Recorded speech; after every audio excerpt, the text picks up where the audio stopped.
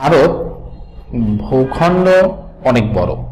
ভৌগোলিক দিক থেকে ভারত কিন্তু প্রচুর বৃহত্তম একটি দেশ। মোটামুটি অনেকগুলো প্রদেশে ভারত বিভক্ত।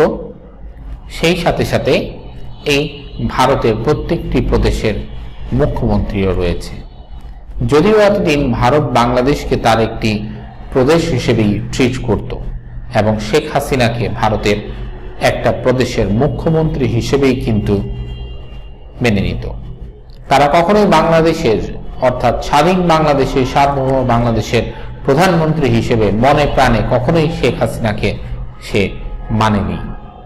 এই মোদী প্রশাসন এবং এই মোদী প্রশাসন বর্গের যে ব্যক্তিবর্গ রয়েছে তারা শেখ হাসিনার প্রতি যে ধরনের আচরণ করত তা থেকে কখনোই এটা বিশ্বাসযোগ্য নয় যে তাদের দৃষ্টিতে বাংলাদেশ একটি স্বাধীন দেশ। তাদের দৃষ্টিতে বাংলাদেশ হচ্ছে তাদের একটি প্রভিন্স।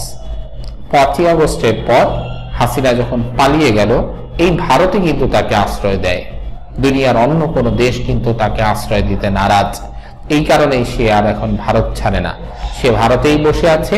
ভারতে বসে বসে উস্কানিমূলক বক্তব্য সহ বিভিন্ন ধরনের কর্মকাণ্ড চালিয়ে যাওয়ার একটা প্রয়াস করছে, যা দিয়ে ভারত নিতান্তই বিব্রত।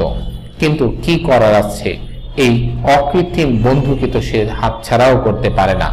এই পরিস্থিতিতে এখন ভারতকে প্রস্তাব দিয়েছেন একজন হাসিনাকে যাতে তার একটি প্রভিন্সের মুখ্যমন্ত্রী করা হয়।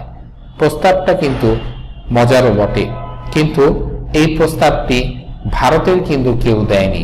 এই প্রস্তাবটি দিয়েছে বাংলাদেশের একজন নাগরিক। তিনি আর কেউ নয়, যে দলটি অনেকটাই নির্যাতিত আওয়ামী গভর্নমেন্টের সময়, যে দলের নেতাকর্মীরা কারারুদ্ধ আওয়ামী লীগ গভর্নমেন্টের সময়, যে নেতাকর্মীরা গুম হয়েছে আওয়ামী গভর্নমেন্টের সময়, সেই দলের একজন সিনিয়র নেতা, কেন্দ্রীয় নেতা, আমরা যাকে দুলু নামে চিনি, এই দুলুই প্রস্তাব করেছে ভারতকে হাসিনাকে যাতে তার একটি প্রভিন্সের বা অঙ্গরাজ্যের বা প্রদেশের মুখ্যমন্ত্রী করা হয়। তাহলে হয়তো হাসিনা তার আস্ফালন দেখানোটা কমাবে এবং সে হয়তোবা চুপ থাকবে।